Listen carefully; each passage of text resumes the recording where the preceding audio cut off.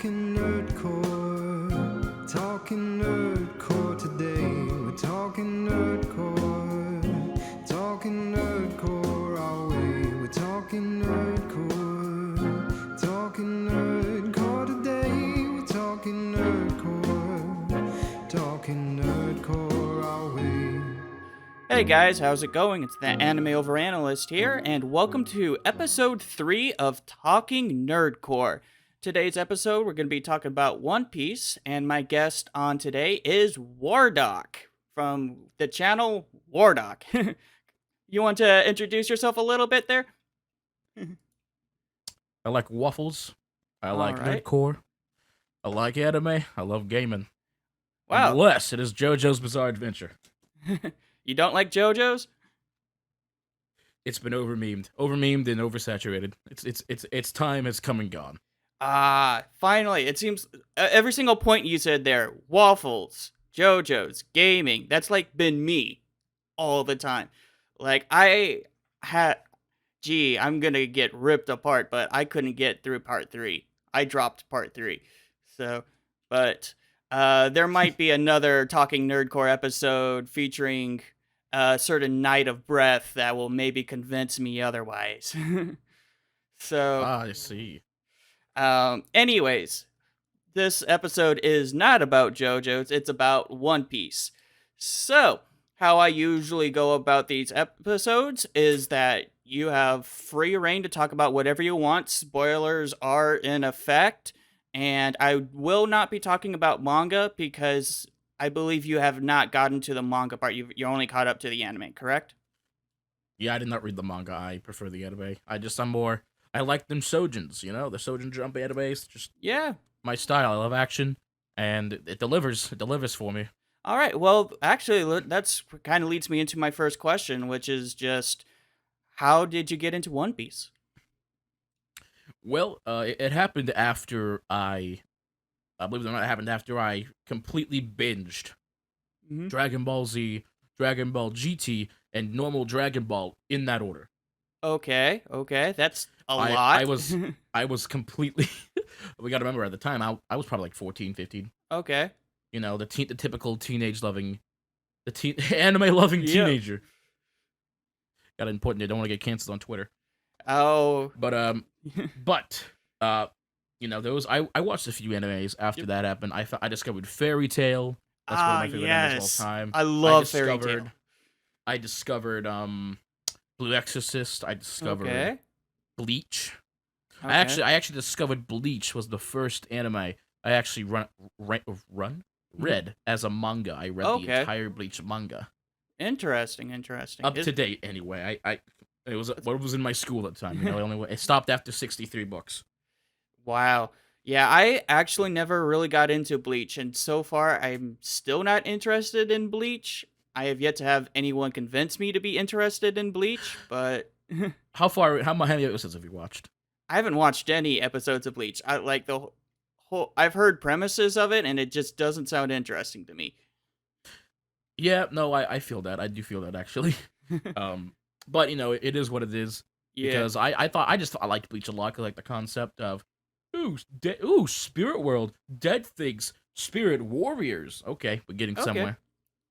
So, But that's when after I then went to read my next manga, I read Naruto, okay. the whole of Naruto, for the first time, and then finally, as I was surfing through a totally legal website, I discovered an anime called One Piece. Oh, so all the pirating is totally relevant. Website. Nope, it's totally legal. So, You know, I just wanted to watch cartoons online. So yeah. I mean, Yeah. It's definitely. So, what about One Piece captivated you? Mainly because this was, I like a variety of topics, and when I was younger, by younger I mean 2 to 3 years ago. Yeah. I remember I actually didn't start One Piece in the beginning. I just clicked on a random episode. I think it was episode. It was under 100. I think it was in the 90s. Okay. So And East Blue. Yep, it was during the East Blue.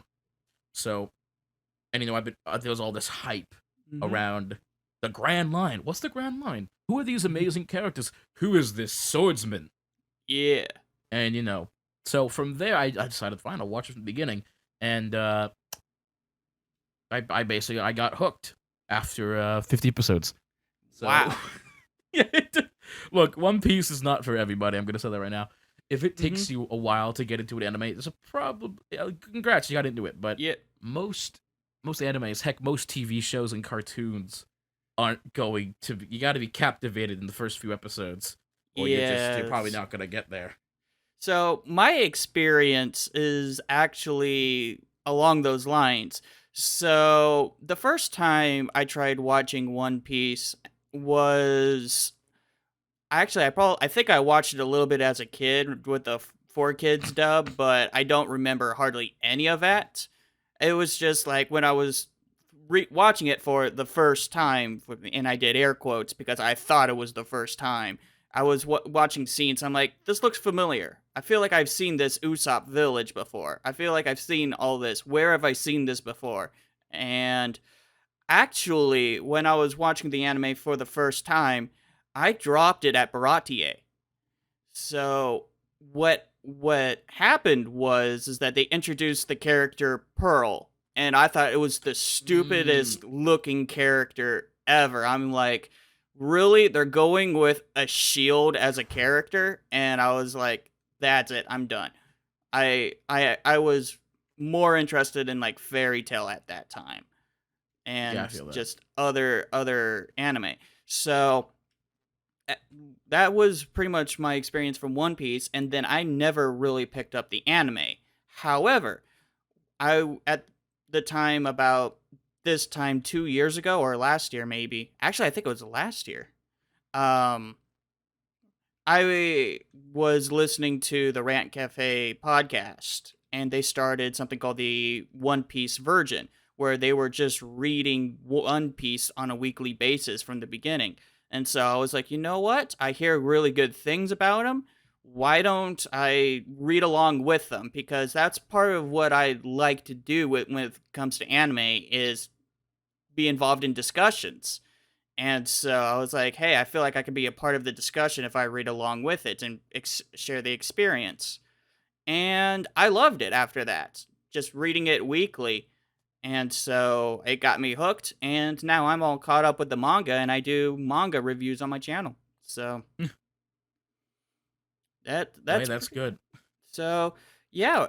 So along the lines of One Piece, kind of going back to my previous question, but what about it like really, really captivates you? So I loved, like any good shonen Mm-hmm. anime, like DBZ, Bleach. Yeah. I think Fairy Tail counts, but I don't know. I I don't know I'll if it count actually Fairy is. Tale, but I'm also a Fairy Tale simp. I love Fairy Tale. Same, man. But as far as One Piece went, I was really captivated with the idea of pirates, and not Yeah. just pirates. It was a pirates, but not in like an era where it's like, oh, everyone only uses swords and Mm-hmm. guns, and we have wagons, and it's like, no, there's newspapers, Yeah. there's great cities that use steam technology still. It's like it's not a completely it's not like locked in a time period. I mean, Yes.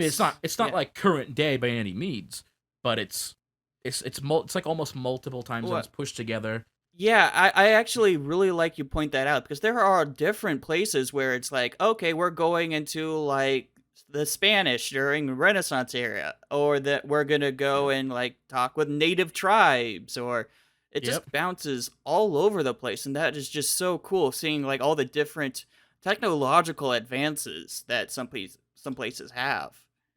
Like Yeah. even What's fish. his name? Oh, go ahead. Sorry. Yeah. Go ahead. Yeah. Yeah. Yeah, I was just gonna say, like, even places like Fishman Island or what was it? The archipelago, where they use the environment as their technology with like the air bubbles, like just little things like that is so cool. Sabayori archipelago. I was trying to remember the first word. Yep. The Sabaody Archipelago. One of my favorite arcs in the entirety of the series, actually, Mm-hmm. because Yeah. it was I could talk about that all day, but No, go for it. Go for it. so let me ask you this question first. Sure thing. What if you were to pick three off the top of your head, just three, one, two, three Mm-hmm. arcs in the entirety of One Piece that you would say are your top three favorite in no specific order? What would you pick? Oh boy, I think I actually like Water 7 more than Enies Lobby, so I'm gonna go Water 7. I think Thriller Bark it's criminally underrated, so that Thriller Bark and ooh, I'm gonna go with the one with Nami in the very first East Blue. Ooh, Arlong. Arlong Park. The Arlong Park. Yes. Ooh. Arlong Park. And I love Arlong Park because it's relevant hundreds of chapters later. So, I mean, those are kind of like my top 3, although like I haven't really thought about it. So, yeah. I think that's a good little list you got going on there. I like them Yeah. a lot. I think we have similar tastes. Mhm. For me, I do have an order of my top 3 favorites, but Yeah. I won't give you that order because I don't need that debate happening. So my top 3 favorites. Yeah. Oh, excuse me. My top 3 favorites are probably going to have to be the Alabasta arc. Okay. Crocodile is one of my favorite characters in the entire show, and I love him as a villain Mhm. concept. I think he should get some more stuff coming up in the future in the new world. Yeah. Definitely. I think he has a lot of potential so far. I feel like he's kind of been shafted, but he's kind of just lingering. Yeah. Another one of my Mhm. favorites, my second favorite one would have to be Sabaody Archipelago. Yep. It was that one specifically was because of what it represented. Mhm. So Luffy and his crew had just made it to the Mocker. They had just Yeah. they had almost conquered, if that's a term, if that's really a good term to use. They kind of conquered the Grand Line. Yeah. They Yeah, fought yeah. through all of its stuff. They won. They survived. They've taken down several warlords by this point. Yeah. Which, by the way, I don't care what anybody says. The warlords were not created equal. Yeah. We have a warlord that got destroyed by Kaido and then destroyed by everyone else. For real. For real. But, but Sabaody Archipelago was a big crossing point because it entered to the next stories for this franchise. The new world was basically one step from the end goal. Yeah. If you didn't conquer the new world, you didn't go anywhere. So they get to this big place full of people and pirates right next to one of the marine headquarters, basically below it. Yeah. And they didn't care most of the time, but then it kind of stabbed them in the butt because they ensued the wrath of what's his face that looks like he ate too many Girl Scout cookies with the bowl haircut. Oh, is it he wasn't Charles? important enough for but he wasn't important enough for me to remember. Oh, yeah. but, I'm blanking on him too. But he commanded the Kumas, the Bartholomew Kuma robots. Yeah. And along with those two groups, they also faced one of the admirals of the Navy. Yeah. The light one. What's his name? That one's Kizaru. Yeah, Admiral Kizaru's Kizaru? yeah. Yes, Yeah, Kizaru. Kizaru's the light one, Aokiji is the frost guy, and Akainu is the magma dude. And of course we get Fujitora later on, who is my favorite admiral. Yep. I think I prefer his at their actual names somewhat. Like I always remember Kizaru as Porcelino. Okay. Better more than Kizaru. Yeah. And yeah. Yeah, for some reason I've memorized by their last name, so Yeah. Everyone's different though. There was also, and they fought these three specific beings that were the Marines, and they got their asses absolutely handed to them. Yeah. All because Luffy did something dumb. As courageous as it was, he punched one of the world nobles, the Celestial Dragon. Yes. And that came with a consequence. His entire crew was almost killed. They were thrown only by the mercy of Kuma they were thrown across the world, Mhm. and it was just a huge humbling moment for Luffy. Yeah, he really got to So- show like how big the world really was and how kind of insignificant he was just by Kuma alone there. And that final scene, that final episode is just so heartbreaking because you see everyone disappearing one by one, and Luffy is just tearing himself apart, being unable to save his Nakama. And Yeah. so that's a very gut wrenching. Just I think all of that stuff together kind of makes it one of my favorite arcs. yeah, and it also introduced the worst generation as well, Yep. which I love how Oda kind of made that up on the fly. Oh, it was great. It was Yeah. Yeah, that's why Law's personality kind of changed as the series progressed, but great. I think it was for the better because, Yeah. in my opinion, watching Law over the course of the whole show, from when we meet him all the way to the Wano arc, the Mhm. whole thing is just a thing of like, oh, he's this dark, brooding, but secretly Yeah. serialistic, like, I mean, he pirate. did kill 100 people to become a warlord. Oh yeah. Like, But despite that, he needed Luffy for his plans, and he only saved Luffy for those plans. However, as the series goes on, from that point when he saves Luffy, mhm. surgery and all, Yeah. he is Law then continues to grow as a character because he normally this loner who only ever asks for help from anything even from his own crew. Yeah. Luffy's pushing himself into these affairs, and Law doesn't know what to do about it. Yeah. Because half the time, Law's locked up in Sea Prison Stone. Well, it's also kind of funny where it was like Law's like, I propose you an alliance, Luffy, and Robin's like, don't trust him. Pirate alliances never go well. And Luffy goes, are you gonna betray me? Law's like, no. No. Okay, I trust you. Okay, I trust you. And and you can't tell there if that's Luffy's ignorance or just. I think he's just or really good at innocence. reading character. I think he's really good at just reading people's motivations. And Well, I think it also stems from the fact of every time he's teamed up with someone, they just fall in love with him yeah. the entire way through. Again, back to the Alabasta arc. Vivi, just Oh. they grow a bond. Vivi's technically still a member of the crew. Yeah. That's People forget definitely that there's true. a One Piece that's not as a member of the Yeah. One Piece pirates of the Straw Hat Pirates who is still in the Grand Line. Yeah. Well, isn't she technically missing? I don't think so. Yeah. Wasn't she targeted by Emu from the Reverie? No. She's not missing, but she was put into Okay. quote unquote protective custody by her father. Gotcha.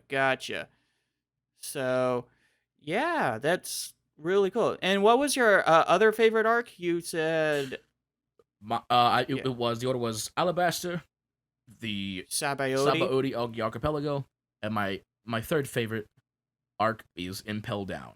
Oh, that's a good one too. Impel Down had a whole story that started. It literally Impel Down was the starting point that led to Marineford and then the post-war. Hell, it even led to Dressrosa. Yeah, I can see Ace's that. capture, attempted rescue, and then finding out he's not there, he's already been sent for execution. Mhm. Luffy literally goes into the pits of hell and then climbs right back out when he doesn't find what he's looking for. Yeah, I was gonna say that was kind of set up all the way back at Thriller Bark. That's why I loved Thriller Bark so much, is because there's a lot of foreshadowing in the arc that kind of flies under the radar, with just the fact that oh shoot, I'm going into manga spoilers. Never mind. I can't even go into it because Thriller Bark has even referenced. You can go ahead. You can go ahead. The swordsman that Zoro fights. Yeah. Yes, he becomes The super dead relevant. samurai. He becomes super relevant in Wano, and that's I'm all. Like, Have you not seen the anime up to date? I actually caught up with the anime. I've watched the last several episodes, but they didn't mention the swordsman Yeah, itself. they did. Zoro. There was a whole question of Zoro. Zoro had a whole thing with this one guy who was collecting weapons and took the sword that was the legendary samurai sword Oh, in that's right. Wano. And then there was a huge discussion of this sword and that samurai went missing. Oh yeah, Ryuma. I was trying to remember. Ryuma's body was taken. Okay. The sword taken. Yeah, And he there's traded. way more when it comes to Oh, that. I don't doubt it. There's way more. That's just the tip of the iceberg there. So that's just so cool. And I am still waiting for something to become relevant that was shown, but it's never been shown to have any relevance. I'm still waiting for it to pop up. oh yeah, it'll show up. So definitely fan there. What are your thoughts about Wano? Wano as an entirety is actually one of the more interesting arcs that's come to date. It's nothing like all the other ones we've seen. Like its Yeah. closest comparison is its predecessor, and that came before ignoring the Big Mom arcs, which was Dressrosa. Yeah. Everything from Dressrosa led up to heck everything from I mean, God, what was even it Punk called? Hazard, like Punk Hazard. Everything in Punk Hazard led to this. I think Punk Hazard's another one of those underrated arcs, just because it's short yeah. and Caesar the Clown isn't like the most mind blowing of villains. But I don't know. I think he's still kind of a funny character, even if he's kind of annoying. But I also kind of like him at the same time. So I think people sleep on him and the fact that Yeah. how strong he really was because he beat the Straw Hat Crew twice. yeah. And then Luffy the had to whole use a poison full gas. power of what? Gear 3? Luffy had to use Gear Yeah. 3 to take him down. And holding his breath, I believe. Yeah. If I remember correctly. But yeah. And there was that whole fight. It was like Zoro versus the Bird Lady. I don't remember her name, but she had the snow fruit. Yeah. And how her death came about was insane. Because That was the beginning of something no one expected. yeah, because Oda doesn't kill people very much, but just the whole thought of like, hey, Law took out her heart, and that was the one that got stabbed at the end of the arc. That's just Yep. nuts. I'm waiting for stuff like that. That's what I'm waiting for that relevance. Stuff like that. The fact Yeah. that people who have fruits are now dead. Those fruits have reappeared somewhere in the world, which means someone has to have found them. Because they can appear in trees, in forests Yeah. with fruits on them. They can appear as a fruit that just forms in a basket of fruit at a market somewhere, Yeah. as been shown in the anime. And that just makes me think, because how many fruits are there that from dead users that are out now? Yeah, and There's a lot. I've seen one theory that I like is that the orchard, Nami's orchard on the Sunny will bear one of those fruits at some point. I would love that to be a thing. That just like a nice little world connection that it's true. Yeah. But my thing is that you got to think of how many fruits that we have seen and those that we haven't that could exist. Of the ones we have seen, how many of those are dead? Have been thrown back in circulation. Yeah, that's very true.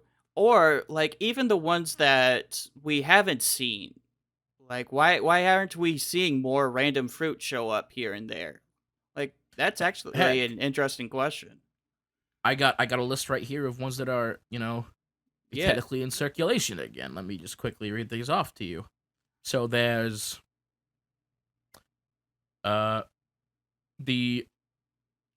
what is this? Oh, that's one doesn't count. That's the soul fruit. There's the Toki no Mi, Okay. which I believe is that's the time fruit, the one that sends people back and forth in Yes. time. There's the Nagi no Mi, which is the one that Doflamingo's brother ate, the one that makes Yeah, Corazon. completely Yeah. silent areas. God, what else? There is the Yuki no Mi, the one we just talked about, the snow fruit. Yep. The Gutsu no Mi, or Gutsu, I don't know how to pronounce it. Mhm. That one is the It's the fruit that turns their body into a blast furnace. I wouldn't want that fruit. Hmm. Like, eh. And we already know what happened to the Suki no Mi, Yeah. the invisible fruit. Yeah. A certain Blackbeard ended up with that one. He gave it to one of his commanders. Shoot, what was... Yep. Yeah. So... That's their entire thing. They go out, they kill... I think they found out a way to get the devil fruits for guaranteed. And I think that way is to take like an apple or something, or a piece of fruit, and, put it against the body of the person who just died. Or something like that. Yeah, that would make the most sense to me. And then... But then how would Blackbeard get the 2 powers? He just eats that fruit then? Here's the thing. There's currently 3 theories that I've seen that all could work. Yeah. One, the dark fruit. Mm-hmm. It lets you steal another person's power. Like that. Because it consumes it and then you can just use it. But that one, I don't really like that one as much, even though it could work. My personal favorite one is that they found a way to take fruits, put them against the person who's dead, and it becomes the devil fruit. And the reason Blackbeard was able to eat 2 was because that he's not exactly human. Yeah. We don't know anything about Blackbeard. Because in the... Well, he doesn't sleep. I think that's... I'm not sure if that's been confirmed. Flashback, but yeah. In the flashback arc, he is confirmed he never sleeps. He is not. He's different. He's not exactly human. There's something weird about him. And I think that's the reason he's able to eat 2 devil fruits. Something's different about him. Yeah. That's not quite human. I like the theory that he's going for a Zoan now. Because technically, the Quake fruit is a Paramecia. And the darkness is a Logia. So right now he's going for maybe Kaido's fruit. I'm still waiting for like him to show up at Wano or something. We don't know what he's doing. Well, as of right now, I don't think it's possible for him to show up this late in the arc. Only for the fact of during this arc, we saw another flashback. Him and his crew are on an island in the New World, far away from Wano. Yeah. But I think he was going to start setting sail, at least in the manga. I believe that. I think he's going for some sort of strong Paramecia devil fruit. I do not believe he can beat Kaido. I do not believe that. No. Only because, yes, he is the dark fruit now, but, Whitebeard never beat Kaido. Yeah. And really, the only person that prevented Kaido from showing up to Marineford in the first place is Shanks. But Shanks stopped all the Emperors of the Sea from getting involved. Yeah. And then he just showed up. Showed up on the Grand Line. It's like, what are you doing out of the New World? How did you get here so fast? I have a boat, strange and mystery. Yeah. I just love how we just stopped the whole Marineford War. Like, he showed up and everyone's like, okay, we're done. So, I have major respect for Shanks. Love the whole thought of like, don't wake Luffy up for me. He's got his own promise that he has to fulfill. Like, all of that. And kind of the themes of One Piece that I've noticed is the whole theme of treasure. What is treasure really? There's gold or berries that you can get, but that's something Luffy isn't interested at all. He wants to be famous by being like the Pirate King, but he also just wants to have fun. That's kind of his number one goal, is just to have fun with his friends. Yep. But, he also wants to be king of the pirates. Yeah. So that adventure takes him that way. That's his idea of fun, is becoming king of the pirates. Yeah. So that's what he's currently set out on. I'm still waiting. This is something that was also interesting. So, we've been talking about devil fruits for 15 minutes? Yeah, more or less. God knows how, 20 minutes or so. There is something in One Piece that I think lost relevance after Dressrosa that needs to come back, and I think will come back. Because we got another showing of it in the Candy Islands arc against Okay. I don't remember what his name is, the big teethy grin guy, Oh, it's not Big Cracker. Mom's son. Well, I mean, she has 1,000. There's I know. there's Katakuri. Are you thinking him? Luffy That's what I'm versus thinking of. Katakuri? Yep. There's the ability called Awakenings, Yes, the yes. Devil Fruits, and they're all different, but we've never seen or even heard of an awakening for Logia types. Yeah, I wonder. You see, when it came to Awakening, I think was it first introduced with in Dressrosa with Actually, Don no. Quixote? When was No, it first actually. introduced? So it was first introduced in the show, technically, back in the Impel Down arc. Oh, So, was it? Did but the Magellan thing have is, it? but basically, it wasn't. No one knew what it actually was. It wasn't told we didn't learn what it was then, Yeah. but we saw it. It was the 4 jailer beasts that are awakened. They're awakened Zoan types: the koala, the rhino, the Oh, cow, and the zebra. yeah. They're guards. They were people who ate Zoan devil fruits, but their powers are permanently awakened now, Interesting. which is why they're so strong. Yeah, yeah. Paramecias, their power awakenings are different. This allows the user to use the devil fruit to it really depends. Like you could affect the terrain. That's using what I your was power. thinking. It looked like it affected the terrain, at least with Doflamingo, if I remember correctly. He turned buildings to string that he Yeah. could control using his devil fruit. And I think a lot of people forget about that. That's busted as hell. Yeah. And then there was also what was it? Katakuri? Katakuri, yeah. Katakuri, his cream fruit was a paramecia, not a logia. Well, yeah, the Mochi Mochi, it's actually a special paramecia. Originally, it was, I think Oda actually originally defined it as Logia, and then he later went back on it, and it was like, no, actually, it's a special paramecia, because it's got Logia-type attributes, but it's also got paramecia-type things, so... Well, the thing about that is that I think, because it's actually explained, it's Yeah. not a logia. In the show, they say it's a paramecia, and Katakuri tells Luffy, because Luffy's like, how come I can't hit you even with hockey? And Katakuri's like, you think that I have a Logia type devil fruit?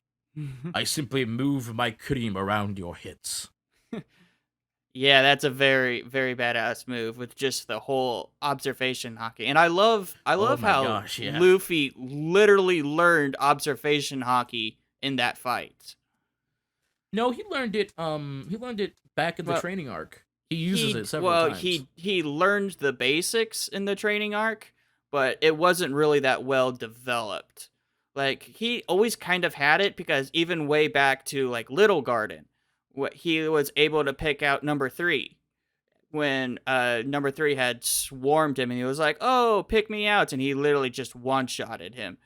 How did you know it was me? Instinct. Oh, Yes. I think that was the first sign of observation hockey. Yeah. Luffy.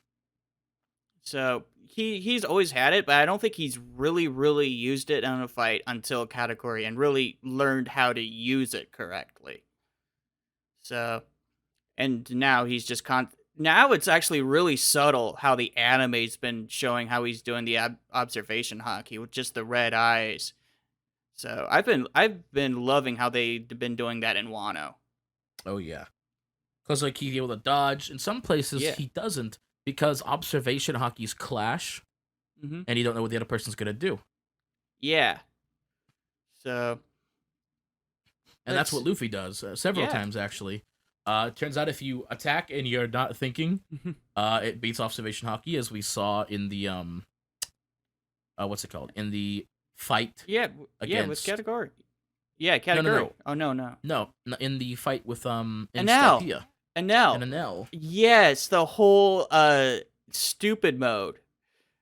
Oh yeah, speaking of that, are we gonna talk about how Luffy had the one fruit in the entirety of the other fruits that was not only basically immune to Enel's devil fruit, but also without hockey was able to hit him?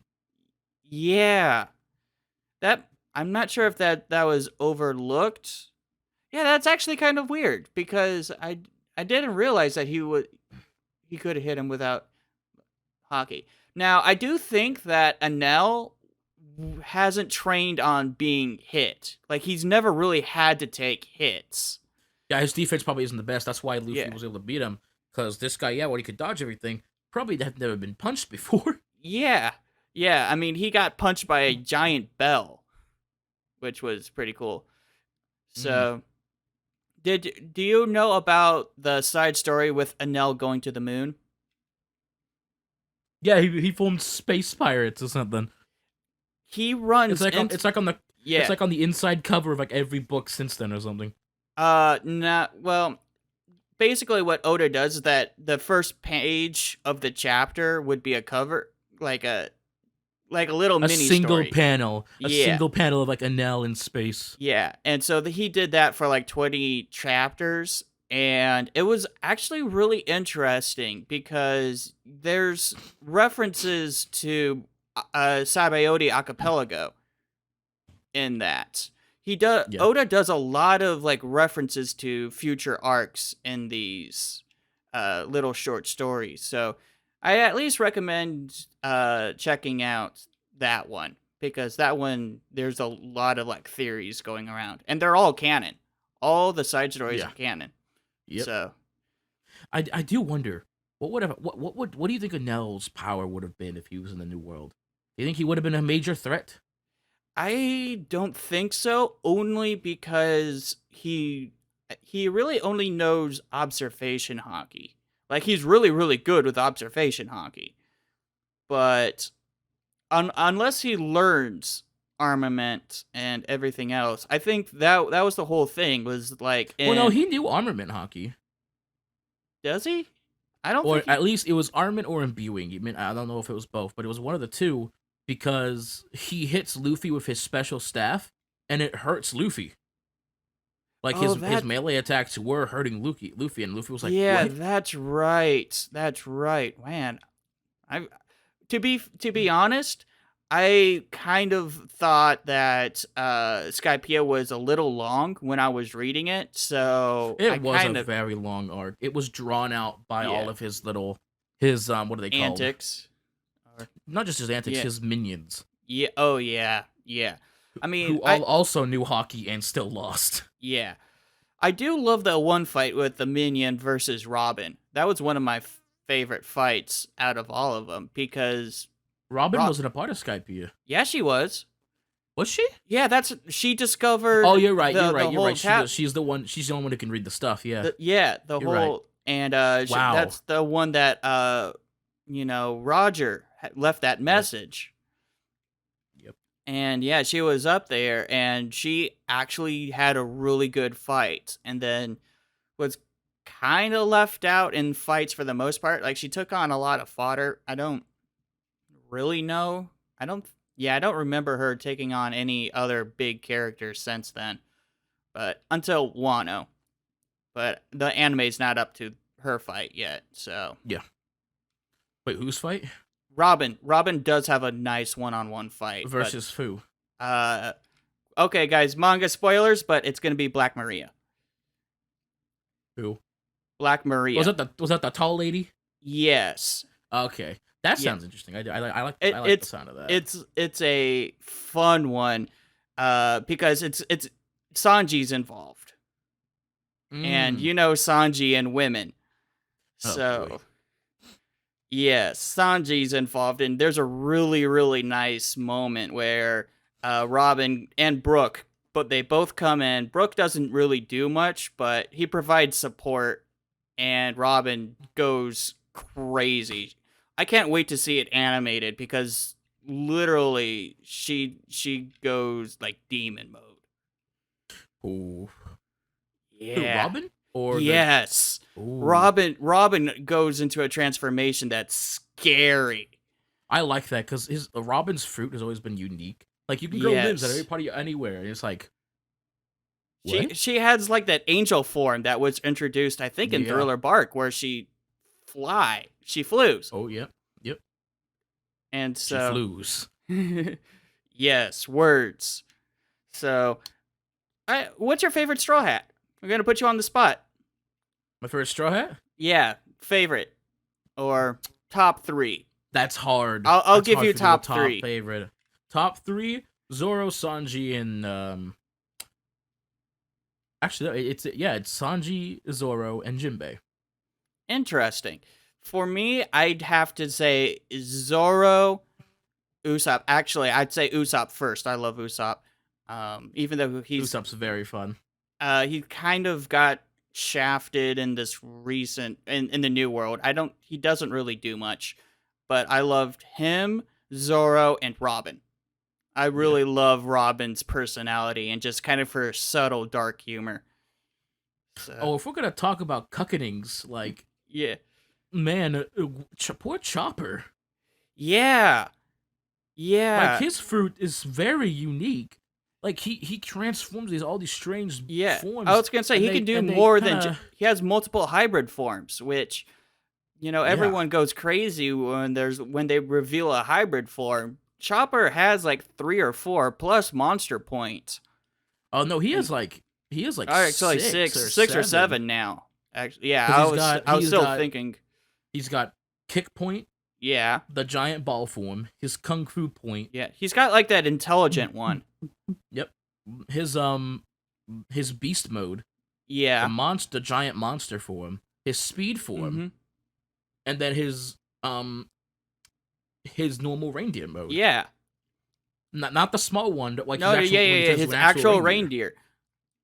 Actually, I think his small mode is a hybrid form. It might be. Yeah, but I think it's interesting. He gets slept on so hard. Yeah, because for a human fruit, we haven't actually seen him. I think the one time he was kind of human was when he was playing Doctor in that filler arc, G8. Was that technically the most human? I think that's his most human transformation that he can have. I do believe so. So, actually, this actually kind of relates. In Ennie's lobby, from Water 7 to Ennie's lobby, a lot of the crew doesn't get a lot of good stuff there. Yeah. Despite how well Ennie's lobby is written, excuse me, the biggest highlights, and some of them aren't even that great, are like Zoro versus the giraffe guy. Yeah. Yeah. And Sanji and Nami versus the soap lady. Yeah, and Luffy versus what's his name? Yes. Jaguar guy. Yeah. Man, I can't even remember his name. Yeah. I know Kaku was the giraffe guy. Man, I'm blanking on the Jaguar dude because he's now leading the CP0. Yeah, he's a big deal now, and I'm waiting for him to come back with a vengeance for Luffy, because he's barely missed Luffy and Co. Barely, like he was on Dressrosa when the announcement was made. Yeah.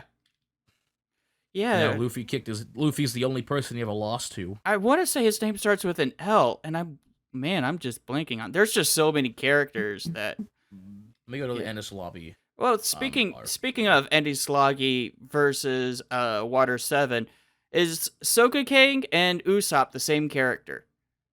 Huh? Is Sogeking and Usopp the same character? Yes. Of course. Of course they are. Of course they are.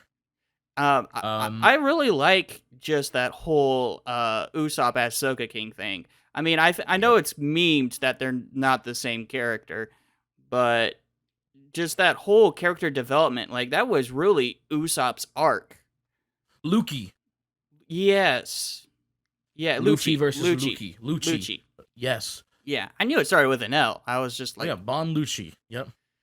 Yeah. Which is actually, by the way, if you notice this, Lucci and Law have a lot of similar things. Yeah. They will both raise some children to be killers. Yes, Lucci... In fact, you might think they're related by looking at them, to be honest. Possible, but I mean, I know Law's family died. Oh no, they're clearly not related. But like, if you were to look at just them and their personalities, you would think, hey, well, these guys related. Yeah, I can kind of see that. I don't know. I think. Well, they're both pretty stoic. Now that I think about it, they're like Lucci doesn't really show very much emotions. I was really kind of confused by his emotions. Like he allowed Spandam to take lead when Spandam's clearly an idiot. Oh And yeah. like I'm sitting there, it's like we all know Lucci is really the one with the strength. So I just never really understood why he took Spandam seriously at all. Like I was expecting a point where he just like backslap Spandam at any point and then takes over, and he never really did. And then later, Spandam pinned all the blame of Ennie's Lobby on him. But that, I don't know. Spandam was quite an annoying character. He very Yeah. well written because he served his purpose of just pure authority, but still quite an annoying character. And he still lived. Yeah. It comes back later as this pisstain assistant to Lucci. Mm-hmm. Yeah. Actually, really think about it, Ennis Lobby's arc was actually one of the best as well. Because that's what we got introduced to the Marines. Actually, like the full threat of the Marines was really shown in that arc. We saw that the whole Buster call. Like what the Buster call was a big thing. Yeah. And the Marines' special skills. What were they? Finger pistol? Yeah. Iron body. The one Geppo. Skywalk. Yeah. Geppo, Skywalk. Geppo. Yep. And there was one more. It was like the ability to dodge around, and that's what Luffy got his gear third. No, I think it was gear second. Gear 2. Yeah. Gear second. Yep. So that was Sanji picked up. really cool. Sanji learned Geppo eventually. Yes, he got that from training during the time skip. Yep. So that was real interesting for him as well. God, there's so much in Ennie's Lobby that you could talk about. There's the fact that they save Robin. Robin joins the crew. We're introduced to the Buster Call. That's probably one of my favorite. Oh, I forgot Brooke. Oh, and I might have to change my top 3 because I love Brooke a lot. Oh, Brooke was in Thriller Bark, so I mean. Yeah, I might move Robin down to 4 and put Brooke in.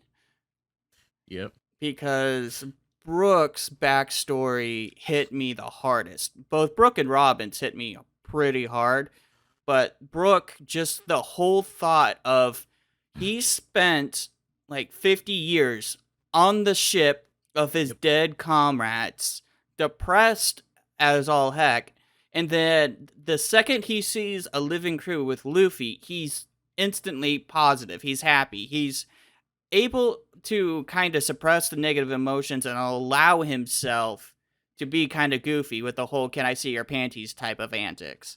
And like I already had Sanji. Come on. Yeah.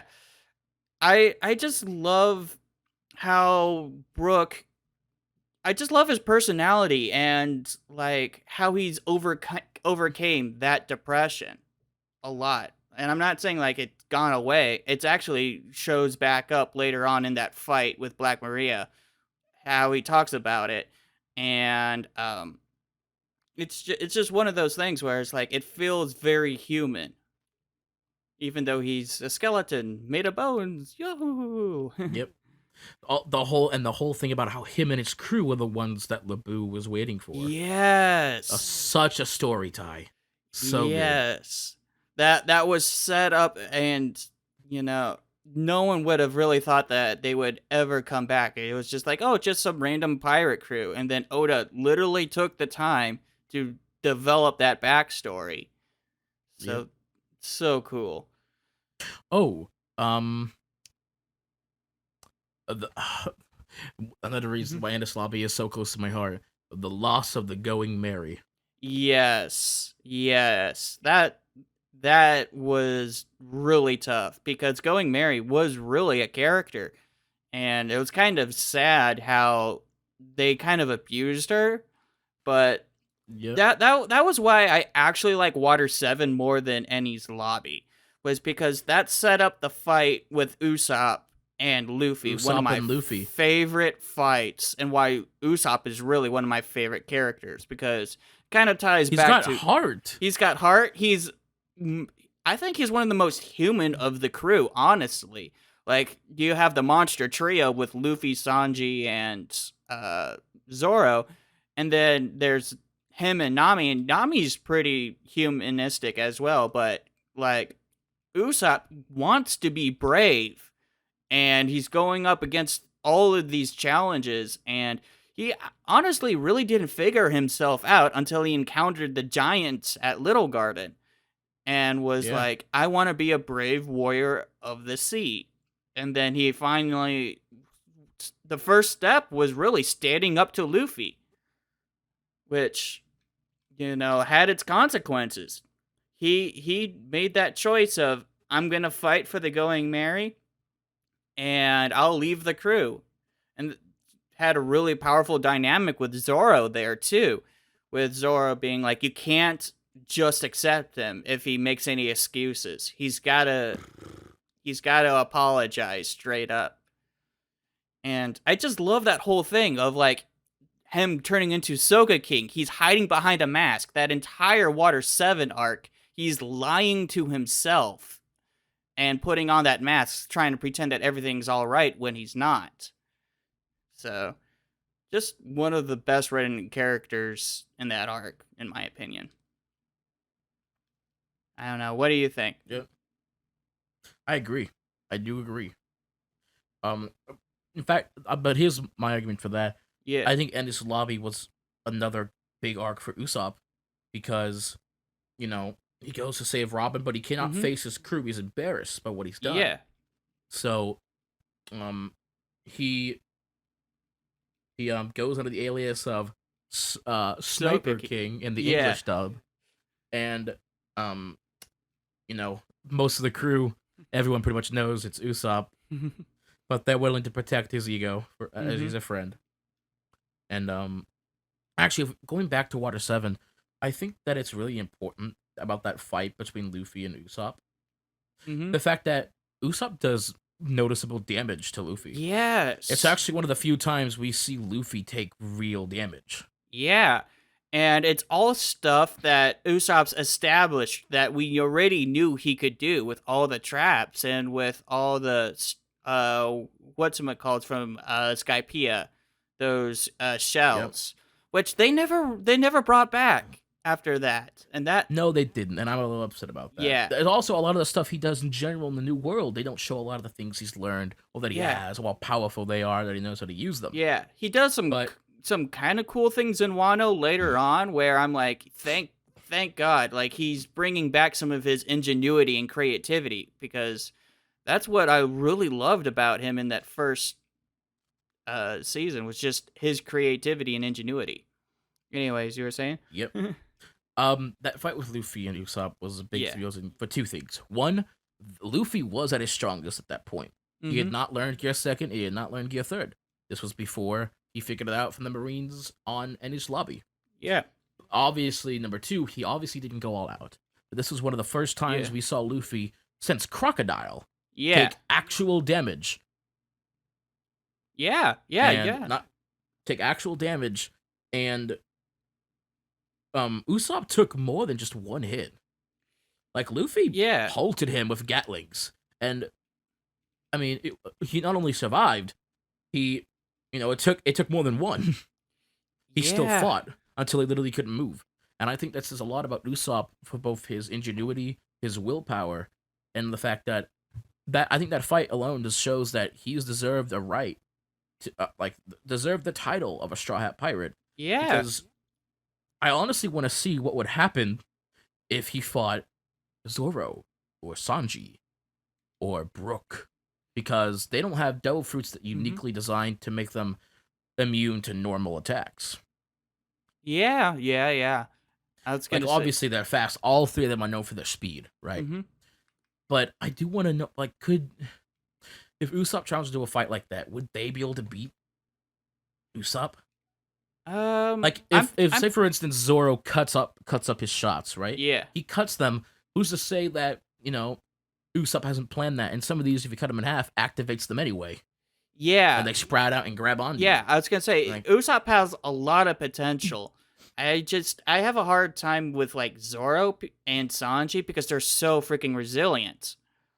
Oh yeah, I think So, Zoro is the most especially- resilient. Yeah, Zoro especially. Like, After what happened with Kuma yeah, on Thriller Bark. yeah, and how he vowed never to lose again. And Which so far has held true. yeah, definitely. So he's insane. And then Oh yeah. Sanji, I can kind of see. I'm on the fence mainly because I'm thinking, I guess, along with at least New World stuff. Usopp's been using a lot of plant-based attacks, and Sanji has Diablo Jambe. And I'm thinking Pokemon Fire is extremely effective against grass type. Yeah. But the thing is, Sanji does have other things. And it's funny. Yeah. He does have. I think it was said that Usopp now has Sea Prism Shot that he could use. I'm pretty sure he has that. I believe it. Like he's going to the new world. I imagine I think he I wouldn't remembered have something that. like that. I think I He remember. has it, and I want to see him use it. Yeah, I was gonna say he doesn't use it. Well, to be fair, he hasn't ever since the new world started. Has he really fought any Logia types himself? He hasn't really fought anything. No, not at all. So, Well, no, that's not true. He kicked ass on Fishman Island. yeah, I was gonna. He was also like God Usopp on Dressrosa, which was really cool. I love how he took over Tauntland. Or I loved his snipe. He sniped that little girl. With the observation shot. hockey. Yeah. Yep. I think that's something people also forget. Usopp has hockey. Yeah. It's only observation, I'm pretty sure, but he's got hockey. I mean, as the sniper, that's very, very good. That's so good. So good. There's also, who was it? So obviously Sanji has hardening hockey, Yeah. but I think everyone forgets that Sanji is only foot combat. Yes, but how fast do you have to move your legs to catch them on fire? That also gets questioned in Wano. I think that he gets slept on a lot for that. Yes, yeah, he does. Well, he's also had some genetic enhancements to him that No, technically doesn't work. Technically. you think that they would unlock eventually? He just unlocked Yes, them? I think they unlocked with the raid suit. Actually, I hate that, by the way. I hate the fact that he Yes. has and uses a raid suit. I despise that. Yeah. throughout And the the whole like entirety of his he arc. goes invisible and it just counters his Oh my god. Yeah. It didn't counter anything. Or- It was just not Sanji. Yeah. But It was very un-Sanji, and I really hated it. yeah. I mean, he's always been kind of a stealthy guy. Like, if you notice in Water 7 how he's following Robin around the entire time, just Oh yeah. he's always been kind of stealthy. So I guess the invisibility of the cloak adds into that, but he kind of turned into more of a straight up fighter instead of moving around doing reconnaissance, which I wish they did more of. I think he would have been really cool doing more reconnaissance stuff. Ow. You doing okay?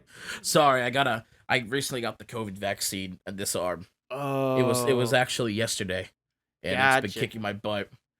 Gotcha. Well, we're running up to about an hour, so that seems like a pretty good place to stop. Is there anything you want to plug? I got YouTube over on YouTube. Mhm. .com/Wardoc. Go look me up. I do nerdcore covers. I do gaming videos sometimes. I've been streaming a lot of Deltarune lately, catching up on that. Cool. But there is one more thing I want to ask you before Yeah. we leave. So, as everyone knows, in the Dressrosa arc, the Warlord system was terminated. Yes. The Marines are confident that they are able to take down the pirates by themselves. Mm-hmm. However, I think something that everyone forgets about with this is just two key factors. One, that means that the pirates that were warlords of the sea are now pirates that can go Yes. and join anyone they want or be their own thing. I believe Bucky the Clown is going to go and try and join Shanks out of fear. Interesting. Buggy. I also believe that I think that Hawkeye Mihawk Dracul is It's Dracul. Dracul. It's Hawkeye's his nickname. It's Dracul. Oh. Me. Dracul Mihawk. Thank you. I got it confused a little bit. I think Dracul Mihawk is almost as strong as an emperor. I believe that because I think he is personally the strongest of the warlords, including Doflamingo. Hands down. We still haven't seen anything about Newgate's son. Yeah, that that Edward Weevil. So, but I love the whole scene after Reverie where everyone was going. My internet is doing a dip. Oh, yeah. That is a very awkward situation. Yeah. You're kind of glitching out here. Anyways. Oh yeah, it's. Uh-oh. All right. Well, that seems like a good place to call it anyway. So thank you so much for hopping on. Can you hear me? Okay. Well, I'm going to just end this recording. Thank you, everyone who has listened to this far. Hello? You there? Can you hear me? You died. Weird. I think your internet dropped. Because I thought mine did, but then I was looking at Discord. It's like, wait, no, my Discord's still working. I mean, for me, my Discord was working. Everything was working. So I don't know. Maybe it was just a Discord call. It could just be a Discord thing. Anyways, I'm actually signing out because we're over an hour now. All right. So. All right. Thank you so much for hopping on, Wardoc. Like I said, anything else you want to plug? Your socials or? Crocodile's the best warlord of the sea. That's all I got. All right. Well, with all that being said, I'm the animeoveranalyst, and I'll see you all in the next video. Talking Nerdcore today. We're talking Nerdcore. Talking Nerdcore our way. We're talking Nerdcore. Talking Nerdcore today.